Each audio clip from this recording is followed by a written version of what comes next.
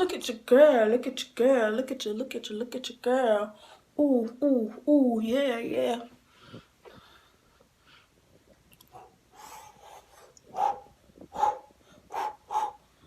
But welcome to my channel, guys. It is Barely Bree. I really wanted to take you guys on my hair journey and my life journey. Living life without a mom and being so young.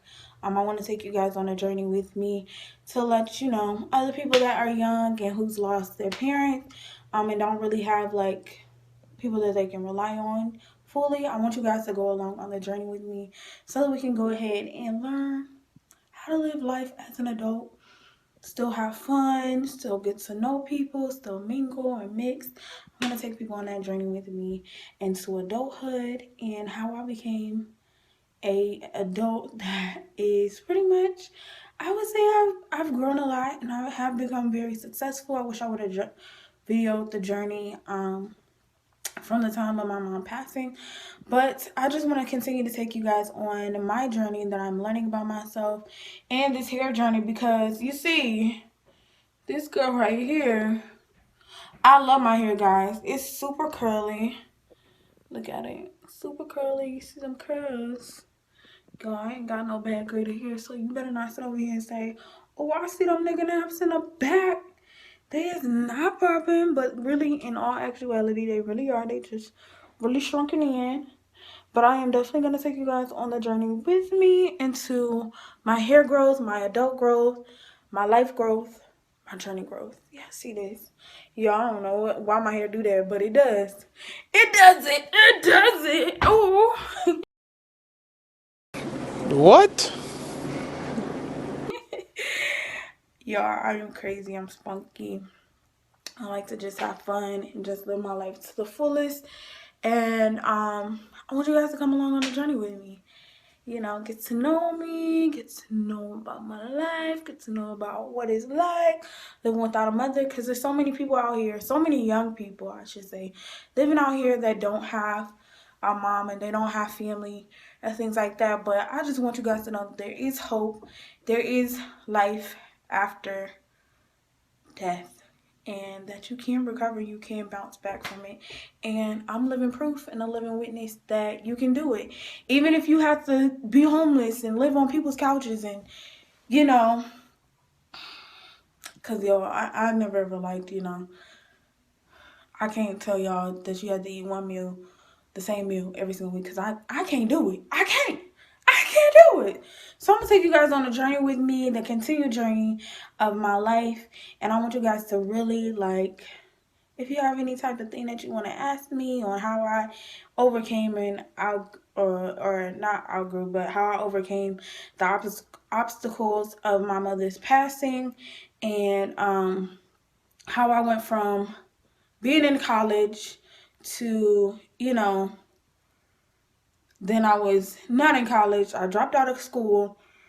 I came all the way to, well, I guess this is gonna be a story time. So anyway, so this is what happened. So my mom ended up passing away. I got into a car accident in 2016, November 24th, 2016, which was Thanksgiving Day. We was actually driving, heading to our pastor's house at the time, and we ended up getting into a car accident. When I tell you guys, I don't know what it was. I don't know how it even happened. I was driving through a yellow light, and all of a sudden I hear my mom say, "Look out!" So in my mind, I'm sitting here like, let me go ahead and turn the wheel so, you know, the impact only pretty much hits me. But whenever you look at the car or the vehicle, I don't know if I still have those pictures, but if I do, I will definitely insert it into the video.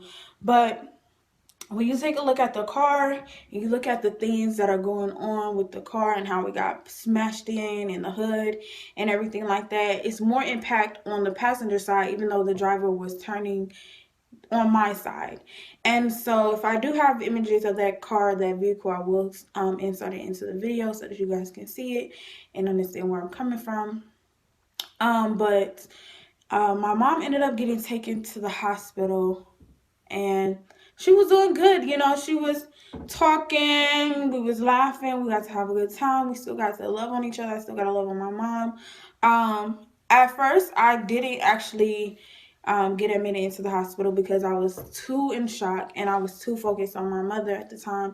And I just want to make sure that she was all right and that she was good. So back to whenever the car first got here. So when the car first got hit, I blacked out. Don't ask me how the car landed where it landed. Don't ask me none of that. I don't know. I don't remember. I blacked out, honestly. I promise you I blacked out. Um so then I wake up. I was the first one out of me and my mom because we were the only two inside the car to wake up. And so I look over and I see my mom and she's just like unconscious and I'm just sitting over there. I'm just freaking out. I don't know what to do. I'm looking around. I'm like, what in the world would just happen? Like, this is just like a whirlwind. It's Thanksgiving. It's a day to be thankful for. And let me rewind y'all back to the beginning, actually. Let me take y'all all the way back. So, all the way back to the beginning of that day. So, the beginning of that day, my leg was just killing me. When I tell y'all, it was so hard for me to get up and walk and do anything. It was just so hard for me to do anything. Like, I couldn't get up to do anything. I couldn't get up to I mean, I could get up, but it was such a struggle for me. Like, it was so hard for me to get up to do anything. And so my mom tells me, she's like, get up, you need to get dressed. We're going to the pastor's house. We're going to have dinner. We're going to do this. We're going to do that. And I'm just like, okay, so I went to the store for you this morning. I don't think I should go out anymore because I don't feel like it's a good idea. Something inside my heart was just telling me we needed to stay in that day. And it was just telling me you're going to get into a car accident. And I believe in the Holy Spirit. So I believe that was his voice telling me, you know. And I knew something was going to happen. I promise y'all. We was heading, once my mom had told me to get dressed and get up to go. We was actually... I took forever inside the shower. My mom was like, I'm about to leave you. You about to get left here. And I was like, all right, go ahead. You go ahead. I'll meet you there. Go ahead. Have fun. You know, I'll meet you there. Don't even worry about me. So, you know, I took the longest time that I could inside the shower. And took the longest time trying to get dressed and ready to go. But for some odd reason, my mom would not leave. And I was just so like, what? Why? Like, I knew something was going to happen. I knew that car accident was going to happen. And she just would not leave, y'all. And I was just like, oh my gosh, like something is going to happen. Like, I felt it deep down in my soul. It's a bone chilling type of, this is craziness going on. And so I get dressed. We grab the cake and stuff like that to take over to the pastor's house. So we get inside the car, and I asked my mom if she wanted to drive. My mom was gonna drive at first, but she didn't. So I was the one who was actually driving. And so, y'all, when y'all have a strong conviction that something is about to happen, you need to put in measures to make sure that you are trying your hardest to not allow whatever is gonna happen to happen. But in that instance, it was something that it was meant to happen. And I've come to the conclusion that it was something that was meant to happen. It was just something that either it was going to happen that day or it was going to happen a little bit later on down the road. And so I was praying literally the entire way there. And so for some odd reason, like, we was right there in the vicinity of where my pastor and them lived. But when we was like about to turn, the GPS messed up. GPSs don't mess up all the time. Like, we've gone there before. The GPS should have never ever messed up. Because I put the GPS in there after, you know, things that had happened with my mom. And we got to the house perfectly okay. The GPS did not mess up or anything. We've been over there a couple of times before the accident. So, I mean, there was no reason for my GPS to mess up. So my GPS messed up. So we pulled over on the side of the road to get the GPS to work again to get us to the destination. So that's whenever I made the U-turn and The light was turning red. I mean, turning yellow. The light was in the middle of turning yellow, and I was driving through the light, and all I hear is, oh, hold up, hold up. And my mom puts her arm in front of me. I'm telling y'all, ain't nothing like a mother's love. Ain't nothing like a mother's covering to protect her young. And so my mom puts her arm in front of me. And so I'm just like, the airbag ended up deploying. So, of course, I black out. Y'all, if it was not for my mother, I'm pretty sure this face would be even more messed up outside of these pimples. But yeah, so it goes back to the part where I wake up first, and then my mom wakes up next. She's bleeding out her head. Her arm is bleeding. It's severely, like, blood everywhere. I look at her legs. She had blood on her legs as well because her airbag's deployed as well. But, she was protecting me, being my mother. And I'm trying to sit over here and turn the wheel in, like, the fastest way possible so that I can actually, miss the accident altogether. That didn't work. So the firefighters and the cops and all that come, and they're talking to me, and I'm just like, I don't care. There's nothing wrong with me. Like, I'm literally in, like, there's nothing wrong with me. Go ahead, check on my mom. Everything is okay with me. Go ahead. You can go ahead and check on my mom. Everything is all right. So they was like, we understand, but you need to focus on you as well. You need to heal, da da da. If something's wrong, let us know. I was like, yeah, I'm fine. I might have a little bit of pain right here, but, I don't like my little chest area, but I was just like, all right, whatever. So they moved the seatbelt off of me, and I was just like, okay, are you done? Like, can you go look at my mom? Like, I don't care anything about me. Can you go look at my mom? So they go over there to my mom's side of the car, and they try to distract me while they taking my mom out the car. But, like, they take my mom out the car, help my mom to get out the car, and all I hear was a snap.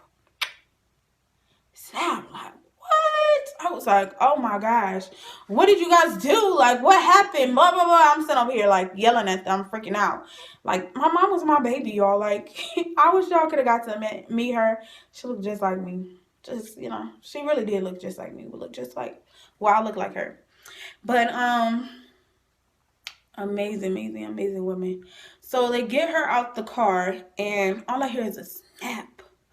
I was like, oh my gosh, like, what in the world, blah, blah, blah, blah. I'm just like yelling, just frantic, like, what are you doing? Like, you just broke my mom's leg and all this other jazz. And it was just like, it's okay, we got her, we're gonna take care of her, all that. So they take her out, put her on a stretcher. And I'm just like, yo, y'all is sitting over here tripping. Like, why would y'all make her stand on her own, like, legs and stuff like that? Like, people's bones and stuff like that are fragile, and you're making them stand on their legs just to get on y'all little dog on a stretcher? No, pick my mama up. If you ain't strong enough to pick nobody up, then you shouldn't be doing this job. Like, you really shouldn't. Like, if you weak, you shouldn't be doing an EMT job. Like, why would you even choose that profession? Like, why? For what? Please enlighten me. For what? I don't know. But anyhow, so they asked me if I want to go inside the ambulance by myself or if I want to follow along with somebody else, and I was like, no, I'm going inside the same ambulance that you take my mother in. That's what you're gonna take me in as well. So they took me inside the ambulance. I rode inside the front seat, and my mom was in the back. Of course, inside the back part, I couldn't see anything, couldn't see her or nothing like that.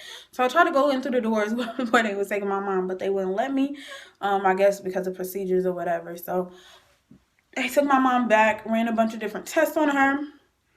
And I remember I was just like, I was just in the back, not in the back, but like, I was trying to find out where a waiting room or whatever was. And so I was just walking up and down the hospital hallways. I mean, like, I was in complete shock. Like, this could not be happening to me. This is like the worst day of my life. I will always forever remember this as the worst day of my life. Outside of, there was more than one birthday in my life because my sister passed away 2 years prior to that. But that's another story time for another day. And so when that happened, I remember my boyfriend at the time, and I was on the phone with him. he knew my mother. I told him about the car accident and everything like that. He was like, babe, why don't you go ahead and get checked out? And I was just like, no, I'm fine. Like, I'll be all right as long as my mom is okay. He was like, no, babe, like, you need to go get checked out too. Like, are you crazy? Are you slow or something? And y'all, I promise y'all, he was just like getting on my nerves. So before that, we was like having on and off like in our relationship anyway. So I was just like, you just get on my nerves. You just get on my nerves. You just adding that little extra like sprinkle of nerves.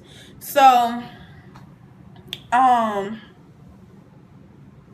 So I was on the phone with him anyways, and he was telling me go inside the hospital, go get checked out, make sure I was okay and everything like that. And so, I was talking to him and making sure that he was up to date with what was going on with me and my mom. And so he finally convinced me to go ahead and get myself checked in. So I go ahead and I go get myself checked in. The police officers come to talk to me. My mom's friend that worked inside of the hospital, she came and sat down with me, and she was there with me literally the entire time until they took me up to my room. I'm so thankful to you. I love you so much, Mama Ryder. She's the best, you guys. So if you guys ever get the chance to meet Mama Ryder, I don't know, she might be on the channel. I don't know. I might have to sneak her in. I don't know. Might get to meet her one day. But yeah, so she was there with me. So they got me a room, and then they took me to my room, and y'all, I don't know what, I think it was like the morphine or something kicked in, and I didn't wake up until like the next day or the day afterwards. I can't really remember. I think it was like the day after the next day is when I woke up, because I was out for a long time, y'all. That accident was so much pressure on me. Like, it was too much. So, my mom's friends come down and they're like, oh, do you want to go up to go see your mom? I just put it off for like as long as I possibly could, because I felt so responsible and I was so hurt that I was the one that's out the driver's seat. And yeah, I'm about to cry. But I was the one that's out the driver's seat, and to this day that still bugs me at the fact that I was the one inside the driver's seat. Yeah, it wasn't my fault, because I had the right of way. But it's a different story whenever you're the one in that situation or in that predicament. Like, it's something else that just like, it hurts you like to the core. Like, why did this have to happen to me is what your question is. Like, why me? And now I ask myself, why not me? Why would I not be the one that was chosen to go through this? And so I finally got the gauze to go up there and see my mom. It was hard for me because I was injured. I was inside the hospital for about a week. My mom was up inside the ICU. So I finally went up there to go see my mom. And y'all, I was just so like heartbroken to see my mom. The way that she was, like, her arm was broken, her leg was broken. It was a lot. So sorry. Oh, y'all get to see me cry on like the first video. That's crazy. So yeah, her leg and her arm was broken, but she was still my mom. She was still like there. She still made sure that I was okay. She was always looking out for me, and I just wanted her to look out for herself for once, because I mean, you take care of everybody else but yourself, and this is the one time that you need to focus on you. And that's all I wanted her to do. I didn't want her to be stressed out about me or my siblings, and she has 5 other kids that are still living. So that was all she knew, was to take care of us and to provide for us and to make sure that we were okay and we were happy, and we had everything going on and together. So I finally went up to go see my mom, and I think she still had on her neck the little neck collar. She had a sling on her arm, and her leg was like wrapped up. And I found out that her nose was broken. She had a brain bleed. The brain bleed was contained. It wasn't like a major brain bleed. It was a minor one at first. And so,